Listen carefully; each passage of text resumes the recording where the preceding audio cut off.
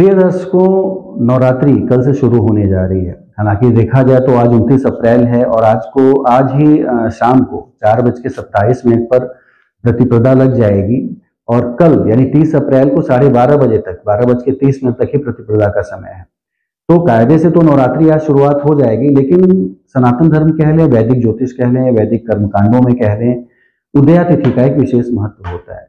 इसलिए देखा जाए तो नवरात्रि को 30 तारीख से ही शुरू माना जाएगा सूर्योदय के साथ ही, और 30 अप्रैल से लेके 6 मार्च तक यानी करीब करीब 8 दिन जो है इस बार नवरात्रि का समय है। और देखा जाए तो 9 रूपों की पूजा होती है तो 9 दिन होना चाहिए, लेकिन एक दिन की हानि होने के कारण इस बार नवरात्रि 8 ही दिन की है और 30 अप्रैल से लेके और 6 मार्च तक ये चलेगी। घट की स्थापना मुख्य रूप से देखा जाता है कि लोगों के सवाल होते हैं कि घट की स्थापना कब करें, कलश की स्थापना कब करें। तो वेदी बना के एक स्वच्छ, साफ और सुथरे मन से कलश की स्थापना करनी चाहिए। दुर्गा जी का आह्वान करना चाहिए। नारियल है और फूल माला है, इन सारी चीजों से पानी भर के घट में आप रख सकते हैं वेदिका पे, और फूल माला, नारियल और दुर्गा जी की मूर्ति से कह लें या नारियल से भी कह लें, कुछ लोग आह्वान करते हैं, उनका आह्वान करना चाहिए। तो इसका मुहूर्त क्या है? मुख्यतः देखा जाए तो घट स्थापना का मुहूर्त जो बनेगा वो 30 अप्रैल को 6:13 सुबह से लेके 10:22 सुबह तक रहेगा, यानी करीब करीब जो है 4 घंटे के आसपास का। और बहुत ही अच्छा समय है। इस समय कई योग भी बन रहे हैं, जो कि निश्चित रूप से भी इस योगों में आपने कार्य किया तो आप पूजा जिस चीज को पाने की मनोकामना लेके कर रहे हैं, निश्चित रूप से नवरात्रि जो है आपकी मनोकामना पूर्ति के लिए एक तरह से कार्य करता है। तो आपकी मनोकामना जो भी है उसकी पूर्ति के लिए भी आप कार्य कर रहे हैं, घट की स्थापना कर रहे हैं, तो उसमें कई योग बन रहे हैं। जैसे सर्वार्थ सिद्धि योग बन रहा है, जो कि आपके सारे जो भी आप चाहते हैं उन मनोकामनाओं की पूर्ति कर सकता है। इंद्र योग बन रहा है, बुद्धादित्य योग बन रहा है, शुक्रादित्य योग बन रहा है, कई योग बन रहे हैं। देखा जाए तो लक्ष्मी नारायण योग भी बन रहा है, जो कि पंचग्रही योग बने हुए हैं इस समय मीन राशि में।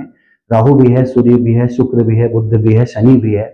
तो इन सारे योगों के होने के कारण ये सारे योग जो एक तरह से सृजित हो चुके हैं और नवरात्रि इन योगों में ही पड़ रही है। नवरात्रि चूंकि खुद भी देखा जाए तो आपके आध्यात्मिक विकास के लिए कह लें, आपके मानसिक विकास के लिए कह लें, आपको निरोग रखने के लिए कह लें, सारी चीजों के लिए। तो इस समय इन योगों का होना और नवरात्रि का पढ़ना एक विशेष अच्छा सुअवसर है। घट की स्थापना को करनी है तो 6:13 से लेके 10:22 तक आप कर सकते हैं। जो लोग इस मुहूर्त को चूक जाए, न कर पाए, कोई उनकी समस्या हो, कोई दिक्कत हो या समय से वो न रह पाए इन जगहों पे, तो वो फिर अभिजीत मुहूर्त देखा जाए तो करीब करीब अभिजीत मुहूर्त रोज ही 12 बजे से लेके 1 बजे तक का समय जो होता है अक्सर वो अभिजीत मुहूर्त का ही होता है। तो 12 बजे से लेके 1 बजे के बीच में वो घट की स्थापना कर सकते हैं। वो भी उतना ही मान्य होगा, उतना ही शुभ फलदायी होगा जितना कि सुबह का मुहूर्त है। तो ओवरऑल देखा जाए तो शैलपुत्री से लेके माता शैलपुत्री से लेके जो पहला दिन है और माता सिद्धिदात्री तक जो कि 9वां दिन है दुर्गा जी का, इन दिनों में 9 रूपों की पूजा जो होती है माता के अलग अलग 9 शक्तियों को दिखाती है, जो कि आपके अंदर आप विराजमान है। सभी व्यक्ति जो भी हैं यहाँ पे समाज में जितने लोग रह रहे हैं सभी के अंदर विराजमान है, उनको जागृत करने की एक तरह से कह सकते हैं जरूरत है। तो नवरात्रि में इन्हीं 9 शक्तियों को जगाने के लिए नवरात्रि की पूजा होती है। न केवल शक्ति आपकी मनोकामनाओं की पूर्ति करती हैं, आपको निरोग करती हैं, आपका कह सकते हैं एक तरह से पूरा परिवर्तन कर देती हैं। यदि आप कर्म अच्छे करने लगे, आपके कर्म में सुधार आ जाए, तो मान के चलिए कि वो पूजा सफल हुई। तो नवरात्रि जो होती है आपके बुरे कर्मों का एक तरह से परित्याग करवा के आपको नए कर्मों के लिए प्रेरित करती है।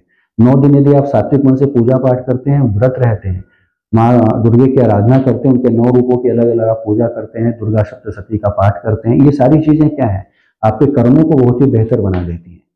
तो पूजा करिए, जो मुहूर्त है उस मुहूर्त में पूजा करिए, सात्विक रहिए। सबसे बड़ी एक चीज ये है नवरात्रि में कि आपको सात्विक रहना पड़ेगा। जितने ज्यादा आप सात्विक रहते हैं उतना ज्यादा आपका मन मजबूत होता है, आत्मविश्वास आपका बढ़ता है, आत्मबल बढ़ता है आपका। अच्छे कर्मों को करने के लिए आपकी प्रेरणा बढ़ती है, एक तरह से कह सकते हैं। तो सात्विकता जो है नवरात्रि में बहुत जरूरी है।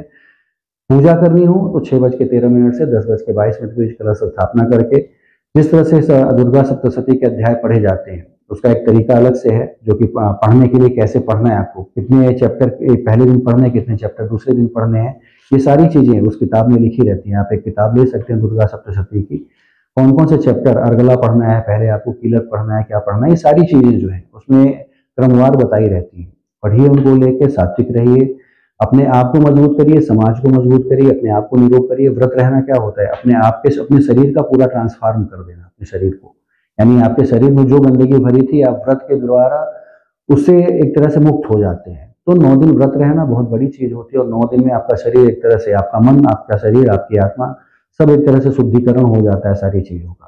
तो शक्ति की उपासना करिए। नवरात्र मुख्य रूप से देखा जाए तो हमारा सनातन धर्म इतना कह सकते हैं रिच है, इतना प्रबल है, जो कि इस तरह की पूजा, इस तरह की चीजें समय समय पे आती रहती हैं सनातन धर्म में, ताकि व्यक्ति का जो मन है, व्यक्ति के जो कर्म है, उन सभी में एक सात्विकता, एक शुद्धता आ सके। तो नवरात्रि भी उसमें से एक है। दुर्गा जी की उपासना है, सात्विक मन से करिए, निश्चित रूप से सारी चीजें बेहतर होंगी। न केवल आप निरोग रहेंगे, आपके घर में धन्य धान्य कह लें, संतान की उन्नति, सारी चीजें जो है क्रमवार बढ़ती चली जाएंगी।